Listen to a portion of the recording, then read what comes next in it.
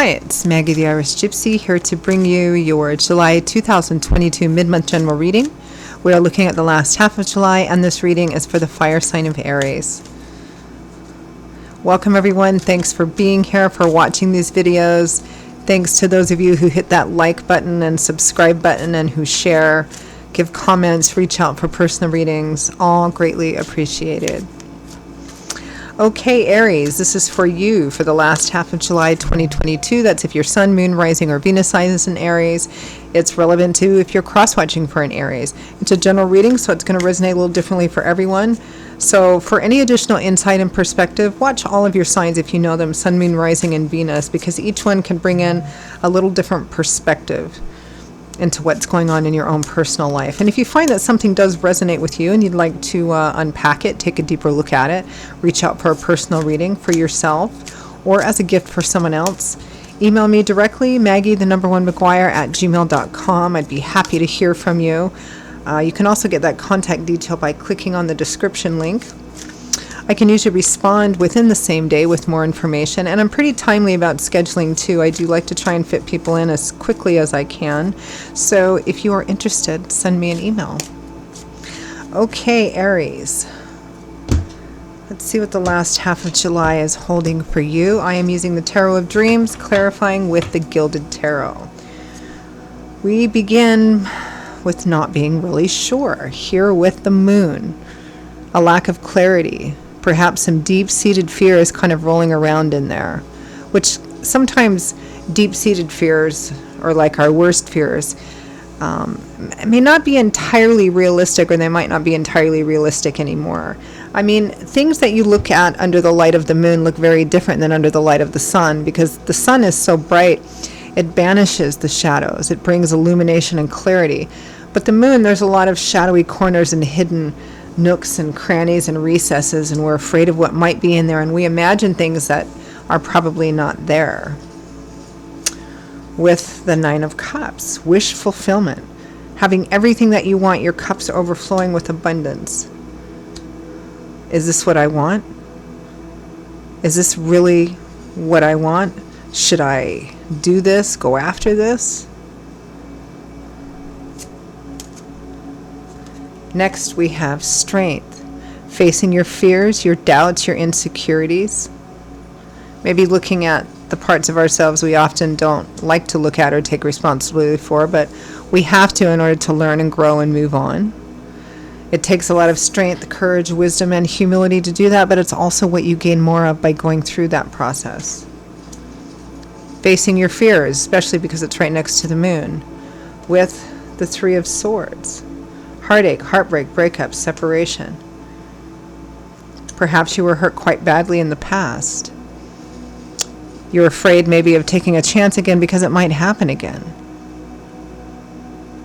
Which probably means that there's something here that you want to have or you want to hold on to. But it requires something of you that you might be afraid to do,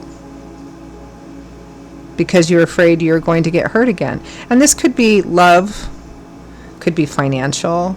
I mean, it could be in any area of life. It's not.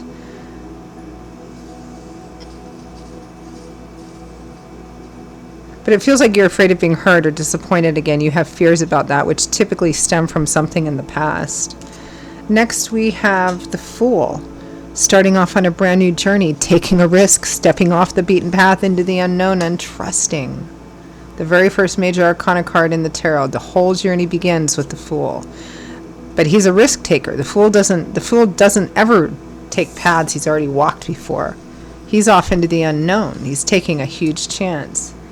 Justice, doing the right thing, reaping what you sow, things being fair, equitable, and even. Is this the right thing to do? Taking a chance may be the right thing to do. We'll clarify, of course. From the bottom of the deck, the overall energy is the Seven of Wands. Holding on, defending, protecting, something you have a lot invested in, and you want to make sure it's safe, protected, that you don't lose it.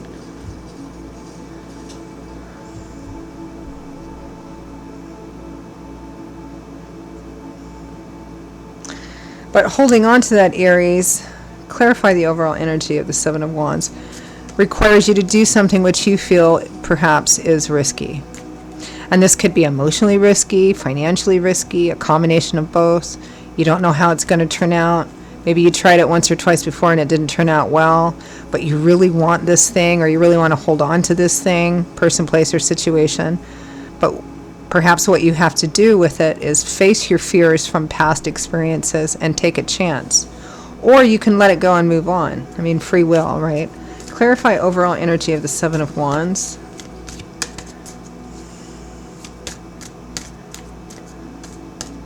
It's funny, I saw your card, the Emperor, almost pop out, but then he went back in again, so.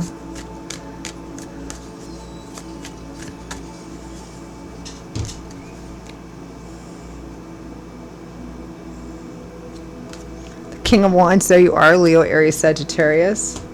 Holding on, defending, protecting, or wanting to. The Five of Wands, conflict, competition. Maybe you're wanting to hold on to something, but there's competition for it. Person, place, situation, relationship.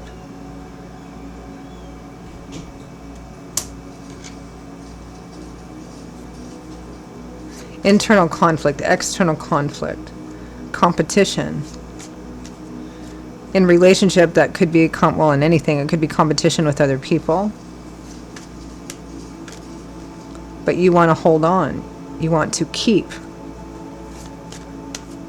But there's something that you have to do in order to do that, and you're afraid of doing it. That's what I'm getting for some of you. And again, it may be relationship for some of you. It may be in some other area of life for others of you. It may be that you're competing for something you really want. You're not sure if you're going to get it. You're not sure if it's worth taking the chance or putting in the effort to get it, regardless of what it is. This is general reading. The thing, the Nine of Cups, your wish fulfillment, whatever it is, the thing that you want to have, that you want to keep.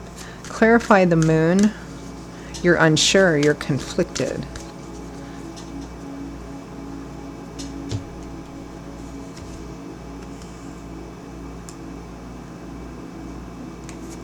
The Four of Pentacles and the Four of Cups. Such contradictory energy.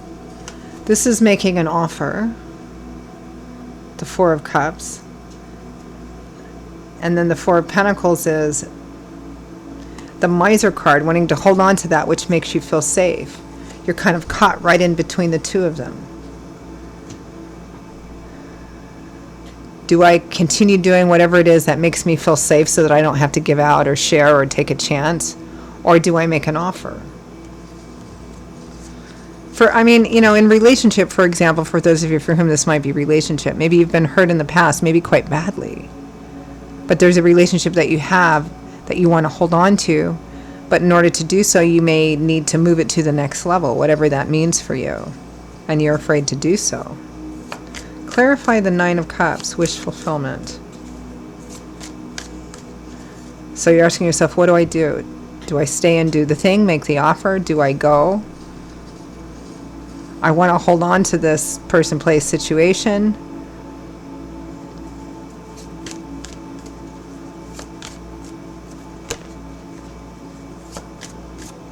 Is this what I really want?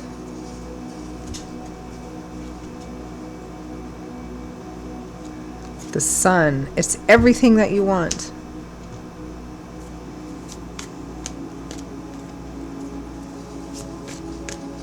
But you're conflicted. Clarify strength.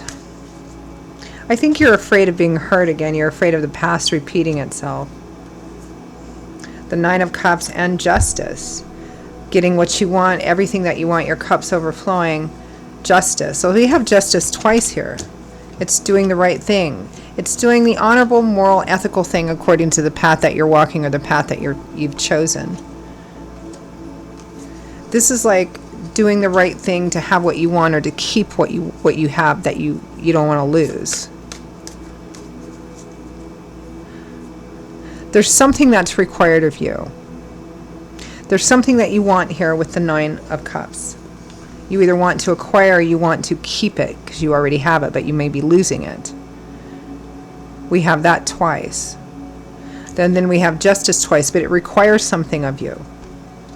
Some kind of maybe conventional or moral or honorable or ethical thing here. And to you that feels scary and risky.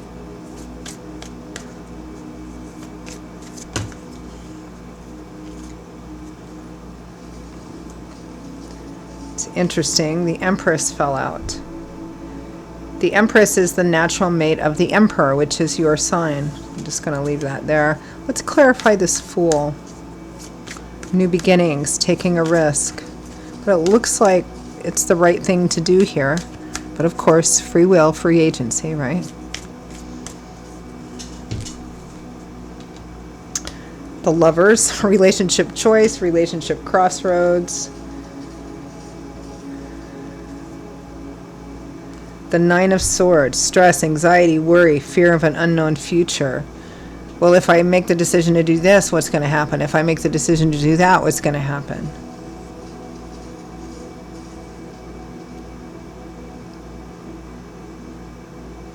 The Eight of Cups and the Nine of Wands, leaving, turning your back on that which isn't fulfilling, leaving it behind, and then the Six of Wands, victory, triumph, success. But you know what strikes me about these two cards, and because it's kind of echoing some of these other card combinations of feeling conflicted, pulled in two different directions. We have somebody who's turning their back, leaving, walking away, or getting ready to. But then we have somebody who successfully fought some kind of battle or challenge and is coming back. I feel like you feel really conflicted.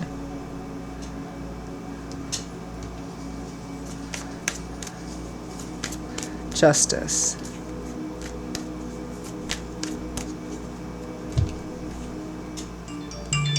The Eight of Pentacles, the work card, the nose to the grindstone. This is putting the work in, the right thing to do.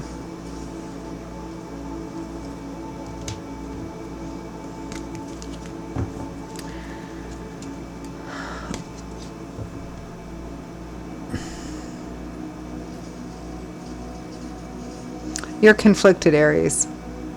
Some of you, this may be a relationship reading because we have the Lovers and we have the Empress, which is the Emperor's natural mate, which is also attached to the sign of Aries.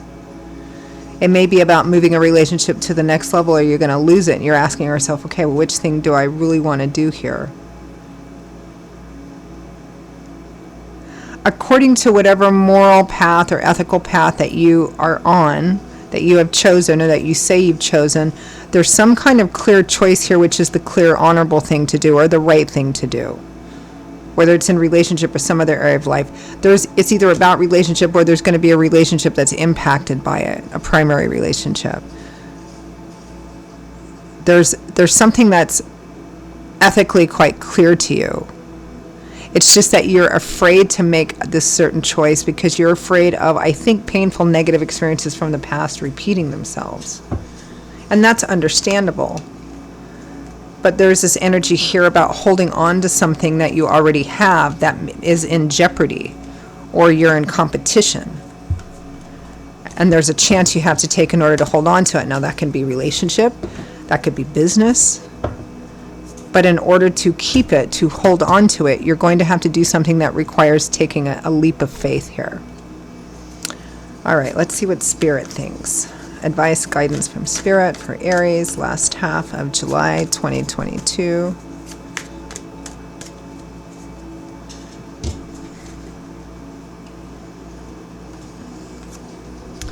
The Fool. Spirit thinks you should take the chance, step off the beaten path into the unknown and trust.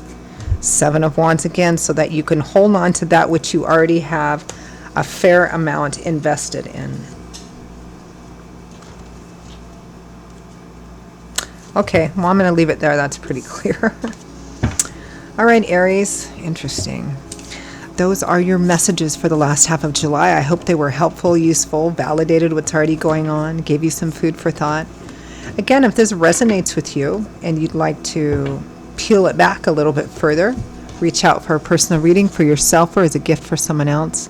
Email me at maggie1mcguire@gmail.com. You can get that contact info by clicking on the description link. I would be delighted to hear from you and to work with you, or as a gift for someone else. I will see you all in a couple of weeks for the August general readings. Until then, stay safe and well, and I hope to see you back here again soon. Bye-bye.